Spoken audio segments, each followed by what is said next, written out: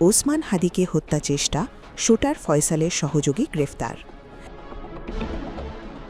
রাজধানীর পল্টনের বিজয়নগরে ইনকিলাব মঞ্চের আহ্বায়ক ও ঢাকা ৮ আসনের সম্ভাব্য প্রার্থী শরীফ ওসমান হাদিকে গুলি করে হত্যা চেষ্টার মামলার মূল অভিযুক্ত ফয়সালের ঘনিষ্ঠ সহযোগী কবিরকে গ্রেফতার করেছে র্যাব।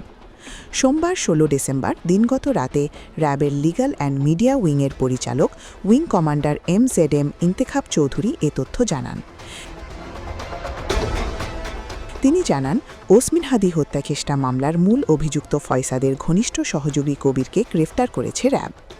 র্যাব সূত্রে জানা যায়, নারায়ণগঞ্জ থেকে ইনকিলাব মঞ্চের মুখপাত্র শরীফ ওসমান হাদিকে গুলি করে হত্যা চেষ্টার মামলার মূল অভিযুক্ত শুটার ফয়সালের ঘনিষ্ঠ সহযোগী কবিরকে গ্রেফতার করা হয়েছে।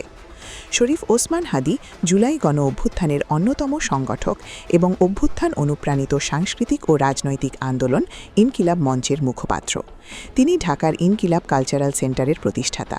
আগামী জাতীয় সংসদ নির্বাচনে ঢাকা ৮ আসনে স্বতন্ত্র প্রার্থী হবেন বলে ঘোষণা দিয়েছিলেন হাদি এবং এই লক্ষ্যে নিয়মিত গণসংযোগ করছিলেন তিনি।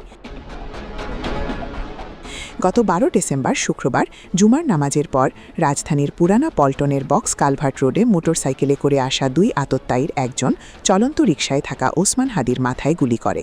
গুরুতর আহত অবস্থায় প্রথমে তাকে ঢাকা মেডিকেলে নেওয়া হয়, সেখান থেকে পরে এবার কেয়ার হাসপাতালে নেওয়া হয়। সেখান থেকে উন্নত চিকিৎসার জন্য হাদিকে দেশের বাইরে নিয়ে যাওয়া হয়। প্রিয় দর্শক, বিষয়টি নিয়ে আপনার মূল্যবান মন্তব্যটি কমেন্ট করতে ভুলবেন না। পরবর্তী আপডেট পেতে চ্যানেলটি সাবস্ক্রাইব করে আমাদের সাথেই থাকুন। ধন্যবাদ। SK TV বাংলা, সাথেই থাকুন।